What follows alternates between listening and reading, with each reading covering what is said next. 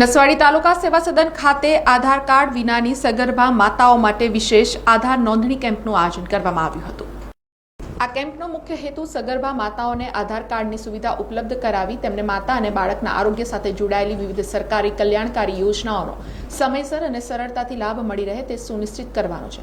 આ કેમ્પમાં નસવાડી તાલુકાના વિવિધ ગામોમાંથી મોટી સંખ્યામાં સગર્ભા માતાઓએ ઉત્સાહભેર ભાગ લીધો હતો।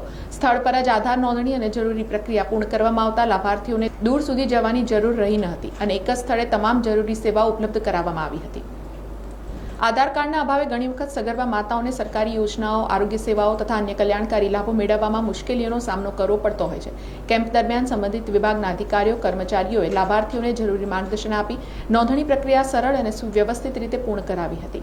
સમગ્ર આયોજન સફળતાપૂર્વક સંપન્ન થતા લાભાર્થીઓએ સંતોષ વ્યક્ત કર્યો હતો। આજરોજ નસવાડી તાલુકા સેવા સદન ખાતે સગર્ભા મહિલાના આધાર કાર્ડ માટે અહીંયા કેમ્પ રાખવામાં આવેલ છે, જેથી સગર્ભા મહિલા અનેક સરકારી લાભોથી વંચિત ના રહી જાય તે માટે આજે કેમ્પનું આયોજન કરેલું છે।